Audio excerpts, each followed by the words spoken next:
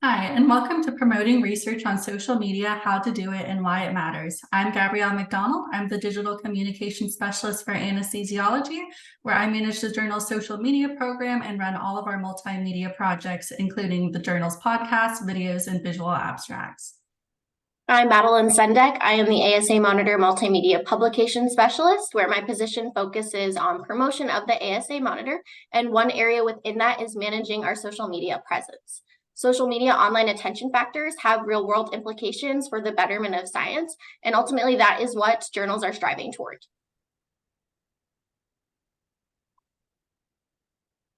Here's a quick overview of everything we'll be going over today. We'll be starting with a couple of cases of high-impact social media from both the journal and monitor accounts.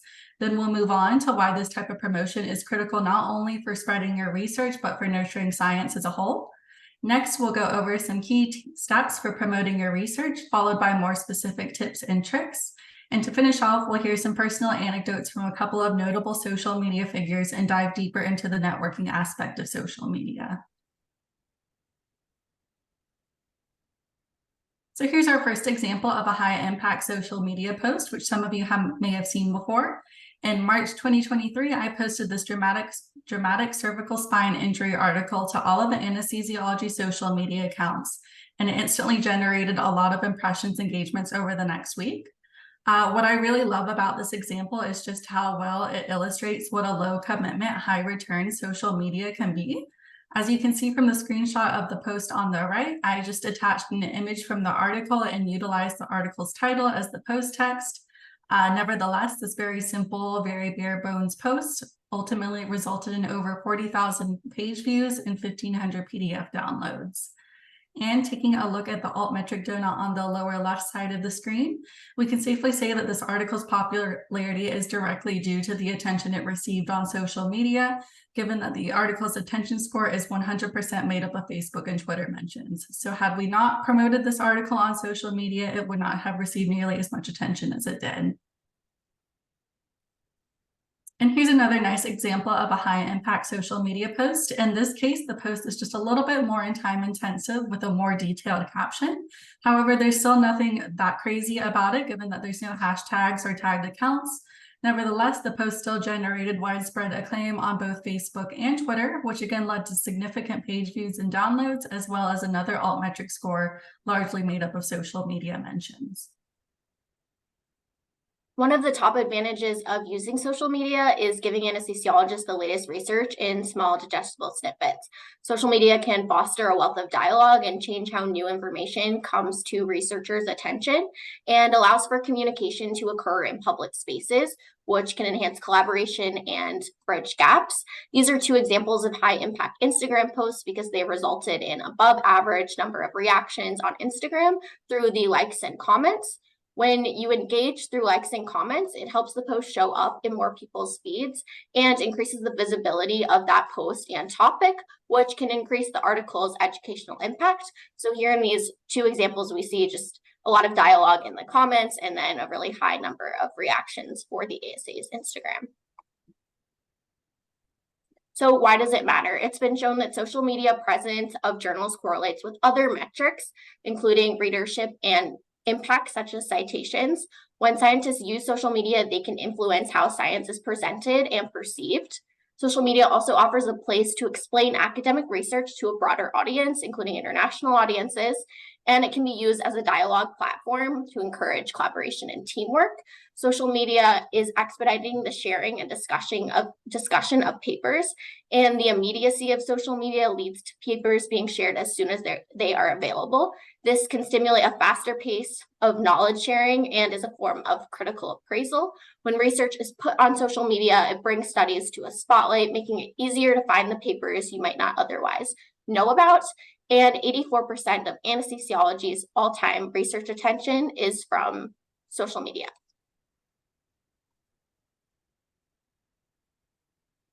So we have some examples of how to create and engage on social media. So when you are creating a post, you should include a link to your article. And then in these two examples, we have a screen capture of a photo from the article's title, and then a figure from the article. In addition to creating the post, it's important to engage with posts that you see on social media through likes, comments, or shares. And then if you aren't on social media, joining social media is how you can interact in that way. Social media does have a lot of advantages, including a way to provide quick, tangible feedback from your article. Social media online attention for scholarly output is measurable through altmetric attention scores.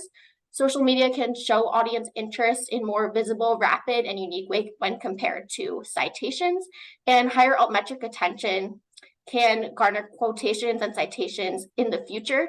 Sometimes papers with the highest online attention scores do have fewer citations because they haven't been available long enough to attract those citations. So we see that papers are being discussed even if they aren't cited yet. And the altmetric attention score provides quantitative evidence of that occurrence. And tagging experts is one way to increase that visibility and amount of people that are going to see that topic. It can also lead to making research progress more quickly and gives authors a place to be acknowledged for their work. So one of the most critical elements of social media promotion is the social aspect of it. There are millions of researchers, institutions, and organizations that are online for the sole purpose of consuming and sharing research content. So just as it's important for you to build your relationships in your institution and attend educational events, it's really important that you utilize an online network as well in order to seek out opportunities and collaborate with fellow peers. So one of the easiest ways to start working with others to promote your work on social media is to get involved with the publication. Anesthesiology and the ASA Monitor, for example, are on Facebook, Twitter, and Instagram. So if you publish with us, we will promote your article on those channels. Additionally, if you promote your work on your personal channels and tag our accounts, we will see that too, and we will share it. Following other channels is one of the most effortless ways to boost your work and stay up to date on interesting topics in the field. Additionally, in the case of the journal and the ASA Monitor, you can even send in your social media handles and some sample text during the submission process for our team to then look at and work with post-publication. So here's a couple of good examples of collaborative posts below. On the left, Dr. Moon tagged a co-author, the publication, and an institution, which allowed her to expand past her personal following and reach nearly 3,000 users with just one post. On the right, we can see Dr. Mathis did something similar, tagging both an institution and the publication and reaching over 25,000 users as a result. Social media offers a tool to amplify your research, educate public audiences, and present accurate and timely information and establish that presence. So here we have two more examples of tagging key players and institutions when sharing your article. So we have a shout out style post with a tag, and then the text says great article, and then another shout out format with a nice write up and then an institution tagged there.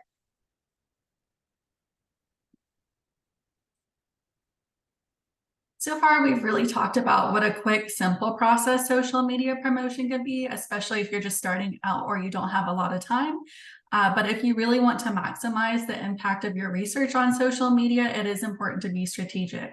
So for example, social media posts that utilize some kind of additional graphic, video, or GIF instead of just a text post and a link are much more likely to reach a wider audience and net more engagements.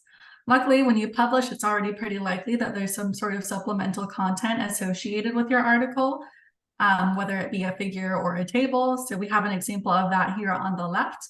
Dr. Lim only used the name of the article as the post text, but she also included a figure from the article, which really upped the eye-catching quality of the post and makes users stop in their feed if they're scrolling through really quickly. Another additional strategy to keep in mind when you're promoting your work on social media is to utilize your social media profiles as an archive for all of your publications. So as you can see from the example in the middle, we have a snapshot of Dr. Alan Simpow's LinkedIn, where he keeps a record of all of his publication titles, his co-authors, and the links to said articles. LinkedIn is, of course, the most popular type of platform for this sort of thing. But you can utilize Facebook, Twitter, or Instagram as well. You'll just want to keep in mind if you post a social media promotion for an article, you can then pin that post to the top of your profile so that it's the first thing people see when they access your accounts. So that's it for our general overview on how to promote your research on social media, but it's also important to keep in mind that social media is a constantly evolving landscape with various platforms and different features for each platform. So when you're promoting your research on social media, you'll need to be mindful about the platforms you're posting to and how the audience and tools may differ. Twitter, for example, is fast-paced, it's dialogue-focused, and very shareable, so it's best for multiple quick posts per day that can reach a wide, diverse audience. Instagram, on the other hand, is image-based and has an overall more personal feel to it, so longer captions and selfie-style videos can really shine here. And then lastly, Facebook is just a really nice, well-rounded blend of the two that allows for a great variety of post types. One of the common challenges with the use of social media for promotion of research includes having little guidance on best practices. So we wanted to go over a few of those. If you choose to create your own post using the visually captivating images and videos can catch viewers' attention, a selfie style video with a synopsis of your article and link is a great way to highlight your work. Another option would be to do a screenshot of your article, including the link, or doing a PowerPoint slide and then recording a little short story about your study also. And creating posts, while very important, engaging with other people's content is also really helps increase the visibility of your research. So if you come across a post that's intriguing, this is where you can either like it, share it, interact with it if it's a poll. If you are creating a post, tagging it will help that post get to your target audience, and it's helpful to tag experts that you know in the field. Hashtags improve your post discoverability and reach by increasing the likelihood that it will appear in people's feeds who are not just your followers. So you can look up trending hashtags, or you can hashtag the specialty or the disease or the subspecialty. So a few common ones we use are hashtag anesthesiology, anesthesiologist, anesthesia, medical research, peds ANS, or OBNS. So in addition to our thoughts, we thought it would be helpful to hear input from fellow researchers. For those of you who don't know, anesthesiology and the ASA Monitor have a queue of social media ambassadors and editors that help us identify and disseminate relevant content on social media. So we reached out to a couple of them and asked what their personal experiences have been like as a researcher on social media.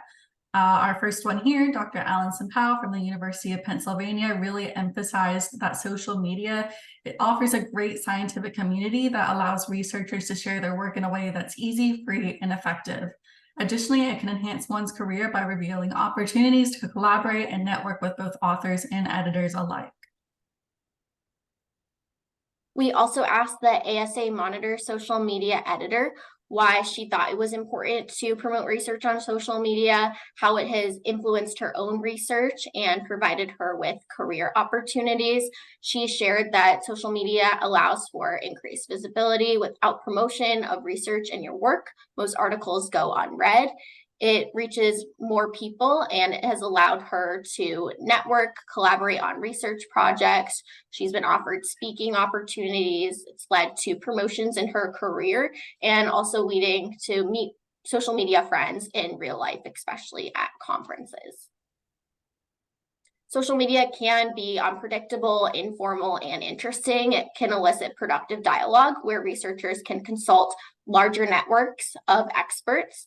It can initially be used as a dialogue platform and then can encourage collaboration and teamwork among researchers. So in this example, Dr. Malinczak again is sharing how Twitter has helped her professionally in her career.